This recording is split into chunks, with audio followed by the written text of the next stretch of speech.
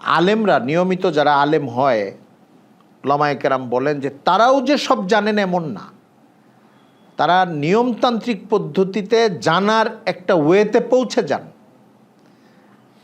এটা যোগ্য আলেমরা এইভাবে বলেন যে একটা সিলেবাস তো কমপ্লিট করে দেওয়া হয়, কিন্তু এই সিলেবাসের দুইটা দিক থাকে। একটা হচ্ছে গুরুত্বপূর্ণ জিনিসগুলো তারা জেনে যান, আরেকটা হচ্ছে শিরোনামগুলো জেনে যান, যে ওই বিষয়গুলোর মুখটা তারা জেনে যান।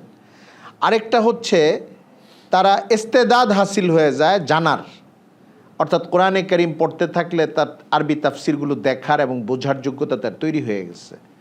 তাফসিরের হাদিসের কিতাবগুলো দেখবেন এবং বিখ্যাত কিতাবগুলো প্রাচীন এবং নতুন পড়ার যোগ্যতা তার হয়ে গেছে। সিরাতের কিতাবগুলো পড়ার যোগ্যতা হয়ে গেছে এবং মৌলিক ওই দৃষ্টিভঙ্গিটা পয়দা হয়ে গেছে যে উল্টাপাল্টা কোনো জিনিস আসলে উনি বুঝবেন মোটামুটিভাবে যে এটা সালাফের নীতি অনুযায়ী কোরআনের তাফসিরের সঙ্গে মিলছে, হাদিসের ব্যাখ্যার ক্ষেত্রে এটা মিলছে। নতুন একটা সুন্দর জিনিসও আসতে পারে, কিন্তু সুন্দরের নামে ঝামেলাপূর্ণ জিনিস আসলে তার রাডারে এটা ধরা পড়বে, এইটুক যোগ্যতা হয়ে যায়।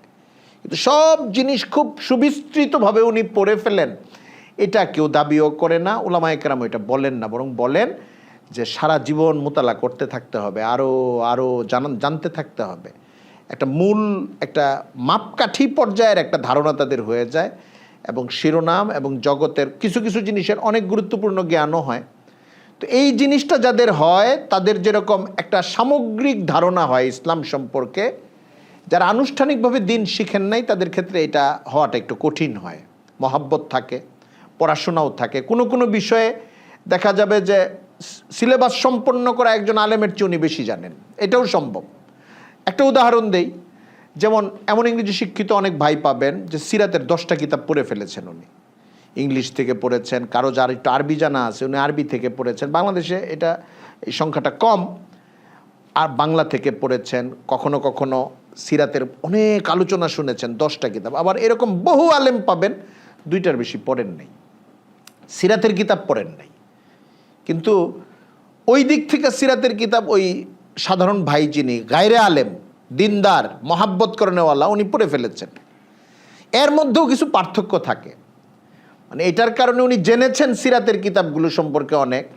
কিন্তু আলেমের একটা সুবিধা হলো, যদি এভারেজ আলেমও হন, এর চেয়ে নিচে না হন, উনি কোরআনে কারীমে যত সিরাত প্রসঙ্গে আলোচনাগুলো আছে এগুলো তার সিলেবাসে পড়া হয়ে গেছে।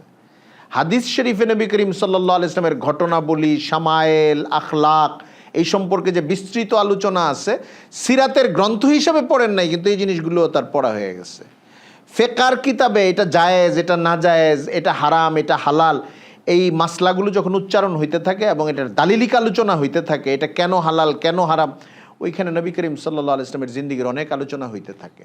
এইভাবে সিরাতের কিতাব উনি 2টা পড়েছেন, আরেক ভাই 10টা পড়েছেন, কিন্তু সিরাতের গভীর জ্ঞান বা যেটা দিয়ে বিধান বের হইতে পারে, অথবা যেটার সাথে একটা তত্ত্ব কথা জড়িত, একটা আলাদা শিক্ষা জড়িত, এর অনেক কিছু সিরাতের গ্রন্থ কম পড়লেও উনি একটু বেশি জানেন। এটা ঘটে যায়।